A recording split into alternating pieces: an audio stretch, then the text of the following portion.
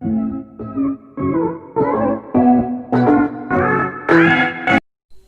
Everyone, आज हम समाज शास्त्र के एक महत्वपूर्ण बिंदु सामाजिक अनुसंधान के चरणों के बारे में चर्चा करेंगे। यह विषय 11th क्लास से लेकर एमए तक लगभग सभी के पाठ्यक्रम में है और इसके साथ ही साथ प्रतियोगिता परीक्षाओं में भी इससे संबंधित कोई ना कोई प्रश्न अवश्य पूछा जाता है। सामाजिक अनुसंधान से तात्पर्य है कि किसी भी एक सामाजिक समस्या को लेकर या सामाजिक विषय को लेकर उसके ऊपर वैज्ञानिक तरीके से अध्ययन करना। श्रीमती पीवीएम के अनुसार नए तथ्यों की खोज व पुराने तथ्यों का सत्यापन करने के लिए की गई व्यवस्थित खोजबीन को अनुसंधान कहते हैं।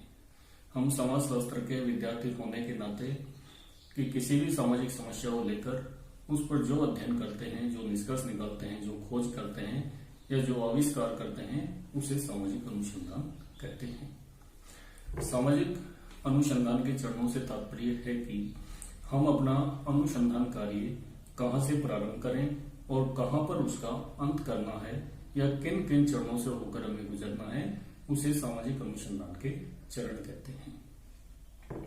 सामाजिक अनुसंधान का सबसे पहला चरण है अध्ययन विषय का चुनाव करना। कि कोई भी अनुसंधान प्रारंभ करने से पहले हमें यह सोचना होगा कि हम किस विषय के ऊपर अनुसंधान करना चाहते हैं या क्या हमारा टॉपिक क्या होगा या हम क्या करना चाहते हैं, किस विषय पे करना चाहते हैं। तो इसलिए सबसे पहले हम अपने अध्ययन विषय का चुनाव करेंगे। हम समाज शास्त्र के विद्यार्थी होने के नाते कोई भी एक सामाजिक समस्या को इसके लिए चुन सकते हैं। बेरोजगारी है, गरीबी है, भ्रष्टाचार है, कन्या भ्रूण हत्या है, दहेज प्रथा है, छुआछूत है या एड्स है और कोई भी एक सामाजिक कोई भी समस्या हो सकती है जिसे हम लेकर उस पर अनुसंधान कार्य कर सकते हैं। सामाजिक अनुसंधान का दूसरा चरण है संबंधित साहित्य का अध्ययन करना।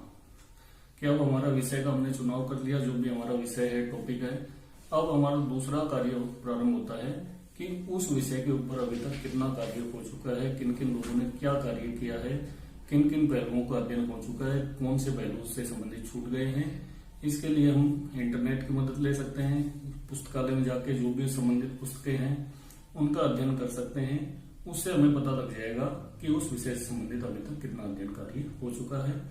इससे हमारे ज्ञान में वृद्धि होगी और विषय की हमें जानकारी भी प्राप्त होगी। अनुसंधान का तीसरा चरण है अध्ययन क्षेत्र का चुनाव करना। कि हम अपना टॉपिक को लेकर कहाँ पे अध्ययन करना चाहते हैं, किस क्षेत्र में रहकर अपना शोध कार्य पूरा करना चाहते हैं।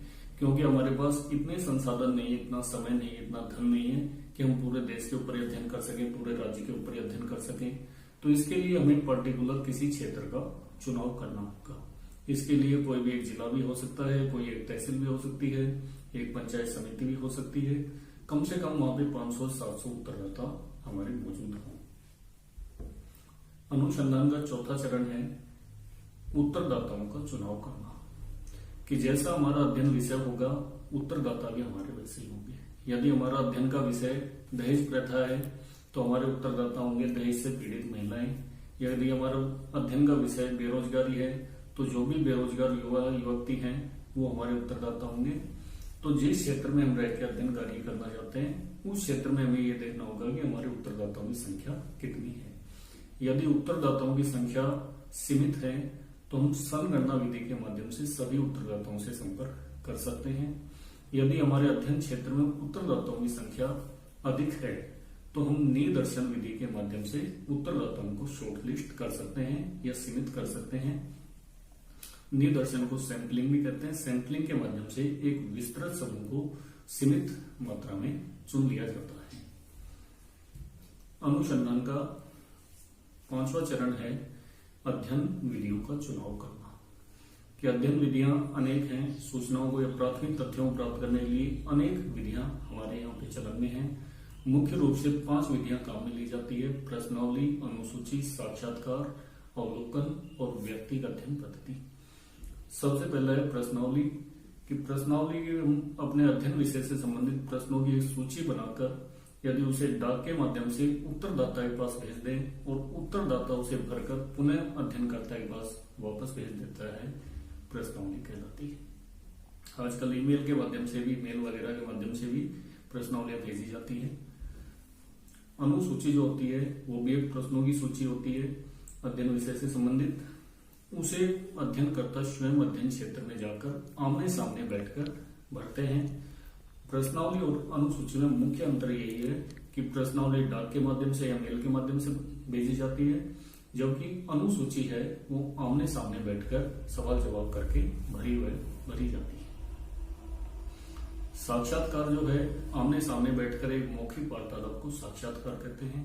जो भी हमें अध्ययन विषय से संबंधित प्रश्न पूछने हैं, उत्तरदाता से सूचनाएं इकट्ठी करनी है, उन प्रश्नों को लेकर हम आमने सामने बैठकर मौखिक वार्तालाप करें तो वो साक्षात्कार कहलाता है। अवलोकन, जिसे निरीक्षण भी कहते हैं, ऑब्जर्वेशन भी बोलते हैं, कि अध्ययन विषय से संबंधित जो भी हमारे उत्तरदाता हैं उन उत्तरदाताओं के समूह में हम जाकर उन्हें में घुल मिल जाएं और उनके व्यवहार का अध्ययन करके और सूचनाएं एकत्रित कर लें, इसे अवलोकन कहते हैं। एकल अध्ययन पद्धति, जिसे केस स्टडी कहते हैं, यदि अब उत्तरदाताओं की संख्या सीमित हो या कोई बहुत ही गंभीर मामला हो या कुछ ही उत्तरदाताओं के अध्ययन कार्य करना हो, तो हम किसी एक या कुछ व्यक्तियों का या उत्तरदाताओं का बहुत बारीकी से सूक्ष्म तरीके से गहन अध्ययन करते हैं, तो उसे एकल अध्ययन पद्धति या केस स्टडी कहते हैं।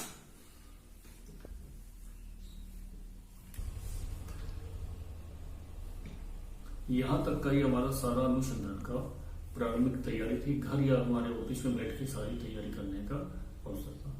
अब हम छठे चरण से क्षेत्रीय कार्य फील्ड वर्क स्टार्ट कर देते हैं, जहां पे हमारा छठा चरण है तथ्यों का संकलन करना। जो भी हमारा विषय था, जो भी हमारे उत्तरदाता थे, जिनसे हम जिस क्षेत्र को हमने चुना था, जो जो हमने प्रश्न बनाए थे, जो अध्ययन विधियों का चुनाव किया था, उन सब समस्त तैयारियों के साथ हम क्षेत्रीय कार्य प्रारंभ कर देते हैं। एक एक उत्तरदाता के पास जाकर उनसे संबंधित सूचनाएं पूछकर एकत्रित करके और हम इस चरण में आकर समस्त उत्तरदाताओं से संपर्क करके समस्त सूचनाएं एकत्रित कर लेते हैं। इससे अगला चरण है कि तथ्यों का वर्गीकरण करना और सारणीकरण करना। जो भी हमने 500-700 उत्तरदाताओं से संपर्क किया, अब हमने जितने भी उत्तरदाताओं से जो सूचनाएं प्राप्त हुई हमने लाकर अपना ढेर लगा दिया, लेकिन उस ढेर में हमें ये नहीं पता किसने क्या बताया, किसने क्या जवाब दिया, क्या उसके आंसर्स थे या क्या सूचनाएं हमारे पास आई। अब हम तथ्यों का वर्गीकरण करते हैं। वर्गीकरण का मतलब होता है क्लासिफिकेशन करना, कि एक एक उत्तरदाताओं की हम फाइल उठाते हैं या उनके प्रश्नों के उत्तर देखते हैं और समान सूचनाओं के आधार पर अलग अलग ढेर लगा देते हैं। फिर इसके बाद जो भी तथ्य एकत्रित होते हैं या वर्गीकरण कर लिया जाता है, उसके बाद तथ्यों का सारणीकरण किया जाता है कि हम एक सारणी बना लेते हैं। सारणी में जो भी हमारे आंसर्स प्राप्त हुए हैं उन आंसर्स को उनके सामने लिखकर एक छोटी सी जगह में सारणी के माध्यम से समस्त सूचनाओं को प्रदर्शित करने का प्रयास किया जाता है। अगला चरण है तथ्यों का विश्लेषण करना। अब हमारे तथ्यों के एकत्रित हो गए, उनका वर्गीकरण हमने कर लिया, उसके बाद हमने सारणी बना दी। अब सारणी बनाने के बाद हम तथ्यों का विश्लेषण करते हैं या एनालाइज करते हैं कि किसी भी घटना के पीछे प्रमुख कारण क्या है, या कोई भी जो हम अध्ययन कर रहे थे उसका क्या निष्कर्ष निकल के आ रहा है, या प्रमुख कारण उस घटना का क्या है। इस तरह से हम उसका निष्कर्ष निकालते हैं। अगला चरण है सामाजिक अनुसंधान का अंतिम चरण है प्रतिवेदन प्रस्तुत करना। कि प्रतिवेदन में हमने जहां से प्रारंभ किया था अध्ययन विषय से लेकर और अंत तक कितने लोगों से मिले, कहां पे मिले, कितने उत्तरदाताओं से संपर्क किया, कौन सी हमारी अध्ययन विधियां थी, क्या सूचनाएं हमारे प्राप्त हुई, क्या निष्कर्ष निकला, इन सभी को व्यवस्थित रूप में किताब के रूप में छाप दें या रिपोर्ट के रूप में छाप दें, उसे प्रतिवेदन कहते हैं। अनुसंधान का एक लास्ट और चरण है कि उसे प्रकाशित करना या पब्लिश करना। कि अगर हम किसी भी विषय पर अनुसंधान कार्य पूरा कर लिया, हमने खूब मेहनत कर ली, फील्ड से निष्कर्ष निकाल लिए, सिद्धांत का निर्माण कर दिया, लेकिन उसके बाद अगर उस अनुसंधान के निष्कर्षों को हमने उठा के अपने अलमारी में रख दिया या कहीं पे भी उसको जमा कर दिया, तो वो अनुसंधान किसी तरह का कोई काम का नहीं है, कोई समाज के लिए उसका फल लाभ नहीं है। इसलिए आवश्यक है कि जो भी हम अपना अनुसंधान कार्य करते हैं उसको प्रकाशित अवश्य रूप से करें।